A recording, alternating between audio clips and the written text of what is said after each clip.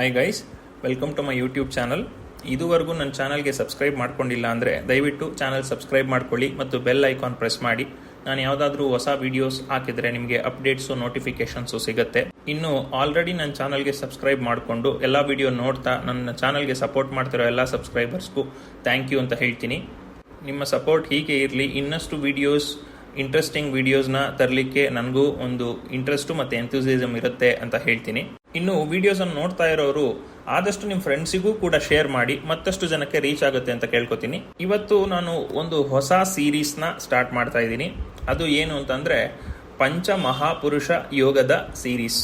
ಪಂಚಮಹಾಪುರುಷ ಯೋಗ ಅಂತ ಅಂದರೆ 5 ತುಂಬ ಪವರ್ಫುಲ್, ಶಕ್ತಿಯುತವಾಗಿರುವಂಥ ಯೋಗಗಳು ಅಂತ ಅರ್ಥ.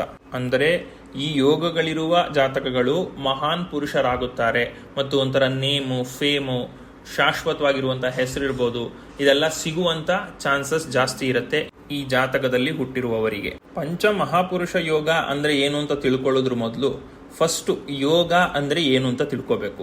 ಯೋಗ ಅಂದರೆ ಒಂದು ಗ್ರಹಗಳ ಸಂಯೋಜನೆ, ಅಂದರೆ ಕಾಂಬಿನೇಷನ್ ಆಫ್ ಪ್ಲಾನೆಟ್ಸ್ ಒಂದು ಜನ್ಮ ಜಾತಕದಲ್ಲಿ. ಅದು ಸಂಯೋಜನೆನೂ ಇರಬಹುದು, ಅಂದರೆ ಕಾಂಬಿನೇಷನ್ ಆಫ್ ಪ್ಲಾನೆಟ್ಸ್ ಇರಬೇಕು. ಒಂದು ಅಥವಾ ಹೆಚ್ಚು ಗ್ರಹಗಳಿಂದ ಜೊತೆಯಲ್ಲಿ ಕೂಡಿರಬಹುದು, ಅಥವಾ ಒಂದೇ ಗ್ರಹ ಕುಳಿತಿರುವ ಸ್ಥಾನದಿಂದಲೇ ಒಂದು ಯೋಗ ರಚನೆ ಆಗುವಂತ ಚಾನ್ಸಸ್ ಇರುತ್ತೆ. ಯೋಗ ಅಂತಂದ್ರೆ ಒಂದು ಎಕ್ಸ್ಟ್ರಾ ಎನರ್ಜಿ ಆ ಸ್ಥಾನದಲ್ಲಿ ಅಥವಾ ಆ ಕಾಂಬಿನೇಷನ್ ಸಂಯೋಜನೆಯಲ್ಲಿ ಗ್ರಹಗಳು ಕೂತಿರೋ ಕಾರಣ ಒಂದು ಎನರ್ಜಿ ಕ್ರಿಯೇಟ್ ಆಗಿರುತ್ತೆ. ಆಯ್ತಾ? ಆ ಎನರ್ಜಿ, ಆ ಶಕ್ತಿ ಪಾಸಿಟಿವ್ ಕೂಡ ಆಗಿರ್ಬೋದು, ನೆಗೆಟಿವ್ ಕೂಡ ಆಗಿರ್ಬೋದು. ಜ್ಯೋತಿಷ್ಯದಲ್ಲಿ ಪಾಸಿಟಿವ್ ಯೋಗಗಳು ಇದೆ, ನೆಗೆಟಿವ್ ಯೋಗಗಳು ಇದೆ. ಎಕ್ಸಾಂಪಲ್ ಹೇಳಬೇಕು ಅಂತಂದ್ರೆ ಈಗ ಗಜಕೇಸರಿ ಯೋಗ, ಅದು ಒಂದು ಪಾಸಿಟಿವ್ ಯೋಗ. ಮತ್ತು ಇನ್ನು ನೆಕ್ಸ್ಟ್ ನೆಗೆಟಿವ್ ಯೋಗಕ್ಕೆ ಎಕ್ಸಾಂಪಲ್ ಕೇಮ್ದ್ರುಮ ಯೋಗ ಅಂತ ಬರುತ್ತೆ, ಅದು ಒಂದು ನೆಗೆಟಿವ್ ಯೋಗ. ಆಯ್ತಾ? ಸೊ ಯೋಗ ಅಂತಂದ್ರೆ ಒಂದು ಎನರ್ಜಿ ಅಲ್ಲಿ. ಈ ಯೋಗ ಯಾವ ಸ್ಥಾನದಲ್ಲಿ, ಯಾವ ಭಾವದಲ್ಲಿ ಫಾರ್ಮ್ ಆಗಿದೆ ಅನ್ನೋದ್ರ ಮೇಲೆ ನಿಮ್ಮ ಜೀವನದಲ್ಲಿ ಇದು ಏನ್ ಇಂಪ್ಯಾಕ್ಟ್ ಕೊಡುತ್ತೆ ಅಂತ ನಾವು ತಿಳಿಸ್ಬೋದು ಜಾತಕದಿಂದ. ಯೋಗಗಳಲ್ಲಿ 3 ವಿಧ ಇದೆ ಫಸ್ಟ್ ಲೈನ್ ಅಲ್ಲಿ. ಅದು ಯಾವುದು ಅಂತಂದ್ರೆ ಒಂದು ರಾಜಯೋಗ, ಇನ್ನೊಂದು ಗಜಕೇಸರಿ ಯೋಗ, ಮತ್ತೊಂದು ಪಂಚಮಹಾಪುರುಷ ಯೋಗ. ಈ 3 ಯೋಗಗಳು ಕ್ಯಾಟಗರಿ, ಇದರಲ್ಲಿ ಸಬ್ ಕ್ಯಾಟಗರಿಗಳಿರುತ್ತೆ. ಈಗ ರಾಜಯೋಗ ಅಂತಂದ್ರೆ ಅದರಲ್ಲಿ ಎಷ್ಟೋ ಯೋಗಗಳಿದೆ ರಾಜಯೋಗ ಕಾಂಬಿನೇಷನ್ ಆಗಕ್ಕೆ, ಸಂಯೋಜನೆ ಆಗೋದಿಕ್ಕೆ. ಅದೇ ತರ ಗಜಕೇಸರಿ ಯೋಗ ಮಾತ್ರ ಒಂದೇ. ಆಯ್ತಾ? ಅದರಲ್ಲಿ ವೇರಿಯಸ್ ಫಾರ್ಮ್ಸ್ ಇರುತ್ತೆ, ಬಟ್ ಒಂದೇ ಯೋಗ ಅದು. ಇನ್ನು ಪಂಚಮಹಾಪುರುಷ ಯೋಗ ಅಂತಂದ್ರೆ 5 ಮುಖ್ಯವಾದ ಯೋಗಗಳು. ಮಹಾಪುರುಷ, ಪಂಚ ಅಂದ್ರೆ 5 ಮಹಾಪುರುಷರಿಗೆ ಇರುವಂತ ಯೋಗಗಳು ಅಂತ ಅರ್ಥ. ಸರಿಸುಮಾರಾಗಿ 300ಕ್ಕೂ ಹೆಚ್ಚು ಯೋಗಗಳಿದೆ ಜ್ಯೋತಿಷ್ಯದಲ್ಲಿ. ಜ್ಯೋತಿಷ್ಯ ಶಾಸ್ತ್ರದಲ್ಲಿ 300ಕ್ಕೂ ಹೆಚ್ಚು ಯೋಗಗಳಿದೆ. ಅದು ರಾಜಯೋಗದಲ್ಲಿ ಡಿಫರೆಂಟ್ ಟೈಪ್ಸು. ಪಂಚಮಹಾಪುರುಷ ಯೋಗ ಫಿಕ್ಸ್ಡ್ ಇದೆ, 5 ಯೋಗ ಬರುತ್ತೆ. ಗಜಕೇಸರಿ ಯೋಗ ಫಿಕ್ಸ್ಡ್ ಇರುತ್ತೆ. ಇನ್ನು ರಾಜಯೋಗಗಳಲ್ಲಿ ಎಷ್ಟೊಂದಿದೆ. ಆದಿಯೋಗ, ಚಂದ್ರಮಂಗಳ ಯೋಗ, ಅಖಂಡ ಸಾಮ್ರಾಜ್ಯ ಯೋಗ, ಪಾರಿಜಾತ ಯೋಗ, ಎಷ್ಟೊಂದಿದೆ, 300ಕ್ಕೂ ಹೆಚ್ಚಿದೆ. ಈಗ ಪಂಚಮಹಾಪುರುಷ ಯೋಗದ ಕಾನ್ಸೆಪ್ಟ್ಗೆ ಬರೋಣ. ಪಂಚಮಹಾಪುರುಷ ಯೋಗದಲ್ಲಿರೋದು 5 ಯೋಗಗಳು. 5 ಯೋಗಗಳಿಗೆ ಇಂಡಿವಿಜುವಲ್ ಆಗಿ ಒಂದೊಂದು ಯೋಗಕ್ಕೆ ಒಂದೊಂದು ಗ್ರಹಗಳು ಕಾರಣಕರ್ತರಾಗ್ತಾರೆ. ಅವು ಯಾವುವು ಅಂತ ಅಂದ್ರೆ, ಮೊದಲಿಗೆ ಕುಜ, 2ನೇದು ಗುರು, 3ನೇದು ಬುಧ, 4ನೇದು ಶನಿ, 5ನೇದು ಶುಕ್ರ. ಈ 5 ಗ್ರಹಗಳಿಂದ ಫಾರ್ಮ್ ಆಗೋ ಇಂಡಿವಿಜುವಲ್ ಯೋಗಗಳನ್ನ ಟೋಟಲ್ ಆಗಿ ಕಂಬೈನ್ ಮಾಡಿ ಪಂಚಮಹಾಪುರುಷ ಯೋಗ ಅಂತ ಕರೀತಾರೆ. ಪಂಚಮಹಾಪುರುಷ ಯೋಗದಲ್ಲಿ ಮೊದಲನೇ ಯೋಗ ಯಾವುದು ಅಂತಂದ್ರೆ ರುಚಕ ಯೋಗ. ರುಚಕ ಯೋಗ ಫಾರ್ಮ್ ಆಗಬೇಕು ಅಂತ ಅಂದ್ರೆ ಅದಕ್ಕೆ ಕಾರಣಕರ್ತವಾಗಿರುವಂಥ ಗ್ರಹ ಯಾವುದು? ಕುಜ, ಮಾರ್ಸ್. ಈ ರುಚಕ ಯೋಗ ಯಾವಾಗ ಫಾರ್ಮ್ ಆಗುತ್ತೆ ಅಂತಂದ್ರೆ, ಕುಜ ನಿಮ್ಮ ಲಗ್ನ ಅಂದ್ರೆ ಫಸ್ಟ್ ಹೌಸ್, 4ನೇ ಮನೆ, 7ನೇ ಮನೆ ಅಥವಾ 10ನೇ ಮನೆಯಲ್ಲಿ ಒಳ್ಳೆ ಸ್ಟ್ರಾಂಗ್ ಪೊಸಿಷನ್ ಅಲ್ಲಿ ಕೂತಿರ್ಬೇಕು. ಸ್ಟ್ರಾಂಗ್ ಪೊಸಿಷನ್ ಅಂದ್ರೆ ಯಾವುದು ಜಾತಕದಲ್ಲಿ? ಸ್ಟ್ರಾಂಗ್ ಪೊಸಿಷನ್ಸ್ ಅಂತಂದ್ರೆ 3 ಪೊಸಿಷನ್ ಇದೆ, 3 ಸ್ಥಾನ ಇದೆ. ಒಂದು ಉಚ್ಚ ಸ್ಥಾನ, ಇನ್ನೊಂದು ಮೂಲ ತ್ರಿಕೋಣ ಸ್ಥಾನ, ಇನ್ನೊಂದು ಸ್ವಂತ ಮನೆ. ಸೊ ನಿಮಗೆ ರುಚಕ ಯೋಗ ಫಾರ್ಮ್ ಆಗಬೇಕು ಅಂತಂದ್ರೆ ಕುಜ ನಂಬರ್ 1 ಕಂಡೀಷನ್ 1, 4 ಅಥವಾ 7 ಅಥವಾ 10ನೇ ಮನೆಯಲ್ಲಿ ಕೂತಿರ್ಬೇಕು. ಮತ್ತು ಅವನು ಕೂತಿರುವ ಮನೆ ಉಚ್ಚನಾಗಿರ್ಬೇಕು. ಕುಜ ಅಂದ್ರೆ ಯಾವುದು? ಮಕರ ರಾಶಿಯಲ್ಲಿ ಇರಬೇಕು. ಇನ್ನೊಂದು ಮೂಲ ತ್ರಿಕೋಣ ಆಗಿರ್ಬೇಕು. ಮೂಲ ತ್ರಿಕೋಣ ಯಾವುದು ಕುಜನಿಗೆ? ಮೇಷರಾಶಿ. ಇನ್ನು ಸ್ವಂತ ಸ್ಥಾನದಲ್ಲಿರಬೇಕು. ಸ್ವಂತ ಸ್ಥಾನ ಅಂತಂದ್ರೆ ಮೇಷನೂ ಬರುತ್ತೆ, ವೃಶ್ಚಿಕನೂ ಬರುತ್ತೆ. ಆದ್ರೆ ಮೇಷ ಆಲ್ರೆಡಿ ಮೂಲ ತ್ರಿಕೋಣ ಸ್ಥಾನ ಆಗಿರೋದ್ರಿಂದ ಇನ್ನು ಉಳಿದಿರುವ ಸ್ಥಾನ ಯಾವುದು ಅಂತಂದ್ರೆ ಅದು ವೃಶ್ಚಿಕ ರಾಶಿ. ಸೊ ಸಿಂಪಲ್ ಆಗಿ ಹೇಳಬೇಕು ಅಂತಂದ್ರೆ ನಿಮ್ಮ ಕುಜ ನಿಮ್ಮ ಜನ್ಮ ಜಾತಕದಲ್ಲಿ 1, 4 ಅಥವಾ 7 ಅಥವಾ 10ನೇ ಮನೆಯಲ್ಲಿದ್ದು ಅವನು ಕೂತಿರುವ ಸ್ಥಾನ ಒಂದು ಮಕರ ರಾಶಿ, ಇನ್ನೊಂದು ಮೇಷ ರಾಶಿ ಅಥವಾ ವೃಶ್ಚಿಕ ರಾಶಿಯಲ್ಲಿದ್ದರೆ ನಿಮ್ಮ ಜನ್ಮ ಜಾತಕದಲ್ಲಿ ರುಚಕ ಯೋಗ ಫಾರ್ಮ್ ಆಗಿರುತ್ತೆ. ರುಚಕ ಯೋಗದ ಬೆನಿಫಿಟ್ಸ್ ಏನು, ಅದರಿಂದ ಆಗುವ ಬರುವ ಫಲಗಳೇನು ಅಂತ ಅನ್ನೋದಾದ್ರೆ ಆಲ್ರೆಡಿ ಇನ್ವಾಲ್ವ್ ಆಗಿರೋ ಪ್ಲಾನೆಟ್ ಯಾವುದು ಹೇಳಿ? ಕುಜ. ಸೊ ಕುಜ ಏನ್ ತೋರಿಸ್ತಾನೆ ಒಬ್ಬ ವ್ಯಕ್ತಿಯ ಜನ್ಮ ಜಾತಕದಲ್ಲಿ ಅಂತಂದ್ರೆ ಒಬ್ಬ ವ್ಯಕ್ತಿಯ ಧೈರ್ಯ, ಒಂದು ಉತ್ಸಾಹ, ಒಂದು ಶಕ್ತಿ, ಬಲ, ಅವನು ಶತ್ರುಗಳ ವಿರುದ್ಧ ಎಷ್ಟು ಧೈರ್ಯವಾಗಿ ಹೋರಾಡ್ತಾನೆ, ಎಷ್ಟು ಬಲವಾಗಿ ಹೋರಾಡ್ತಾನೆ, ಎಷ್ಟೇ ಫೇಲ್ಯೂರ್ಸ್ ಫೇಸ್ ಮಾಡಿದ್ರು ಅವನಿಗೆ ಎದ್ದು ಬರೋ ತಾಕತ್ತಿದೆಯಾ, ಕೆಪಾಸಿಟಿ ಇದೆಯಾ ಅನ್ನೋದು ಕುಜ ತೋರಿಸ್ತಾನೆ. ಸೊ ರುಚಕ ಯೋಗ ಇದ್ದ ಜಾತಕದವ್ರು ಹೇಗಿರ್ತಾರೆ ಅಂತಂದ್ರೆ ಅವರು ತುಂಬಾ ಸ್ಟ್ರಾಂಗ್ ಮೆಂಟಾಲಿಟಿ ಆಗಿರ್ತಾರೆ, ತುಂಬಾ ಧೈರ್ಯವಂತರಾಗಿರ್ತಾರೆ. ಧೈರ್ಯದಲ್ಲಿ ಬಂಡ ಧೈರ್ಯ ಅಂತಲ್ಲ, ಎಷ್ಟು ಧೈರ್ಯ ಬೇಕೋ ಅಷ್ಟು ಧೈರ್ಯ ಇರುತ್ತೆ. ಕೆಲವು ಸಾರಿ ನಮಗೆ ಬಂಡ ಧೈರ್ಯ ಅವಶ್ಯಕತೆ ಇರುತ್ತೆ. ಇವರಿಗೆ ಎಂಥವ್ರನ್ನು ಫೇಸ್ ಮಾಡೋದಕ್ಕೂ ಧೈರ್ಯ ಇರುತ್ತೆ. ಅವರು ಯಾರನ್ನು ಕೇರ್ ಮಾಡೋದಿಲ್ಲ.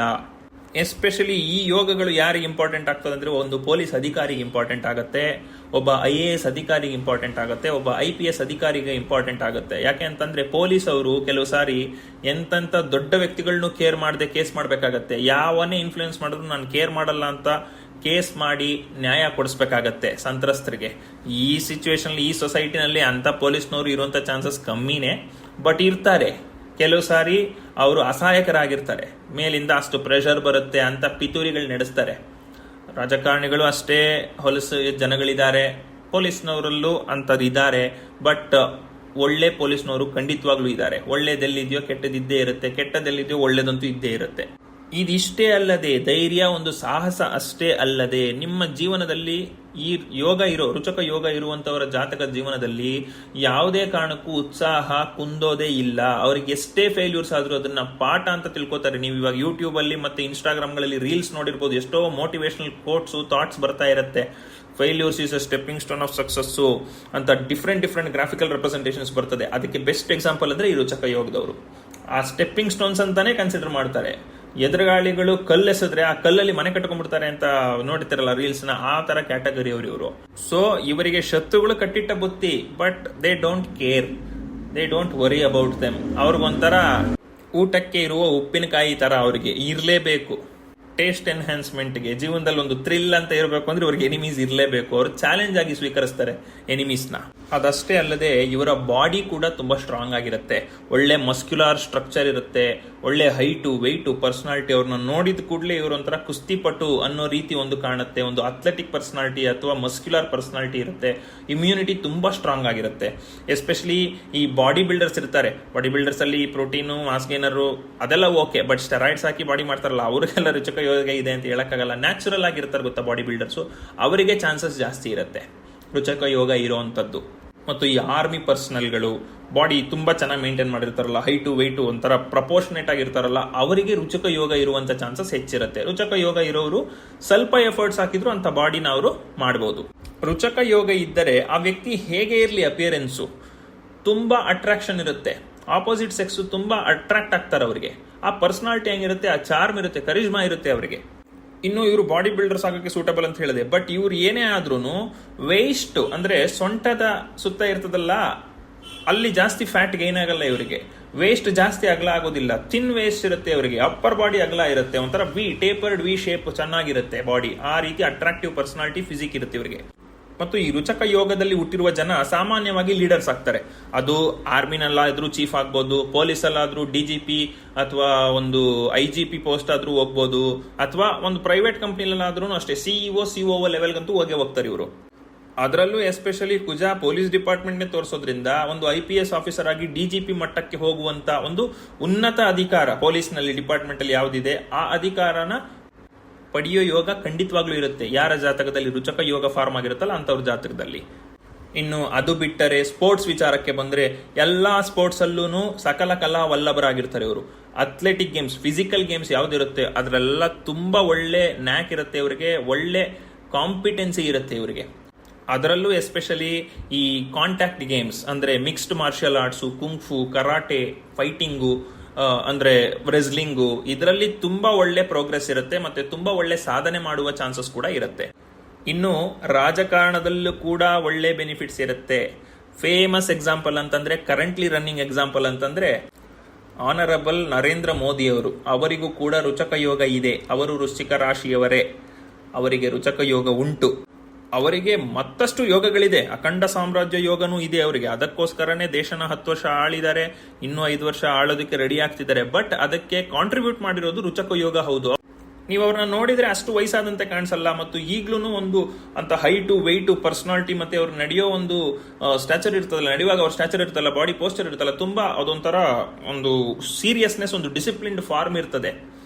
ಮತ್ತು ರುಚಕ ಯೋಗದಲ್ಲಿ ಹುಟ್ಟಿದವರು ಅವರ ವಯಸ್ಸಿಗಿನ್ನ ಸ್ವಲ್ಪ ಕಮ್ಮಿ ಏಜ್ ಅಂತಾನೆ ಕಾಣ್ತಾರೆ. ಅವರು ಅಷ್ಟು ಒಂದು ಚಿಕ್ಕ ವಯಸ್ಸಿನಂತವ್ರಂತೆ ಕಾಣ್ತಾರೆ. ಅವರಿಗೆ ಅಷ್ಟು ಎನರ್ಜಿ ಇರುತ್ತೆ, ಯಾಕಂದ್ರೆ ಕುಜಾನೇ ರಕ್ತ ಅದನ್ನೆಲ್ಲ ಕಂಟ್ರೋಲ್ ಮಾಡೋದು. ಆ ಕಾರಣದಿಂದ ಆ ಬೆನಿಫಿಟ್ ಕೂಡ ಅವರಿಗೆ ಸಿಗುತ್ತೆ ರುಚಕ ಯೋಗದಿಂದ. ಇನ್ನು ರುಚಕ ಯೋಗ ಇನ್ನೇನೇನು ತೋರಿಸುತ್ತೆ ಅಂತಂದ್ರೆ, ಕುಜ ಸಾಮಾನ್ಯವಾಗಿ ತೋರಿಸೋದು ಲ್ಯಾಂಡೆಡ್ ಪ್ರಾಪರ್ಟೀಸ್ನ. ಸೊ ನೀವು ಆನ್ಸೆಸ್ಟ್ರಲ್ ಪ್ರಾಪರ್ಟಿ ಮೂಲಕ ಪ್ರಾಪರ್ಟಿ ಪಡಿಬಹುದು, ಅಥವಾ ನೀವೇ ಸಂಪಾದನೆ ಮಾಡಬಹುದು ತುಂಬಾ ವ್ಯಾಲ್ಯೂಯಬಲ್ ಲ್ಯಾಂಡ್ನ. ಮತ್ತು ಇನ್ನು ಹೆಸರು ಕೀರ್ತಿ ಲೆಕ್ಕಕ್ಕೆ ಬಂದ್ರೆ, ನೀವು ಸತ್ತ ಮೇಲೂ 100 ವರ್ಷ ನಿಮ್ಮ ಹೆಸರು ಶಾಶ್ವತವಾಗಿ ಉಳಿಯುವಂತ ಚಾನ್ಸಸ್ನ ರುಚಕ ಯೋಗ ಕ್ರಿಯೇಟ್ ಮಾಡಿ ಕೊಡುತ್ತೆ. ಆದರೆ ರುಚಕ ಯೋಗ ಕಂಪ್ಲೀಟ್ ಆಗಿ ವರ್ಕ್ ಆಗಬೇಕು ಅಂತಂದ್ರೆ ಪಾಸಿಟಿವ್ ಇರಬೇಕು. ರುಚಕ ಯೋಗದ ಜೊತೆಯಲ್ಲಿ ನೆಗೆಟಿವ್ ಕಾಂಬಿನೇಷನ್ಸ್ ಇದ್ರೆ ಈ ಯೋಗದ ಪವರ್ ಕಮ್ಮಿ ಆಗುತ್ತೆ. ಆಯ್ತಾ? ಇನ್ನು ನೆಗೆಟಿವ್ ದೃಷ್ಟಿಗಳು ಬಿದ್ರೆ ಈ ಯೋಗದ ಪವರ್ ಕಮ್ಮಿ ಆಗುತ್ತೆ.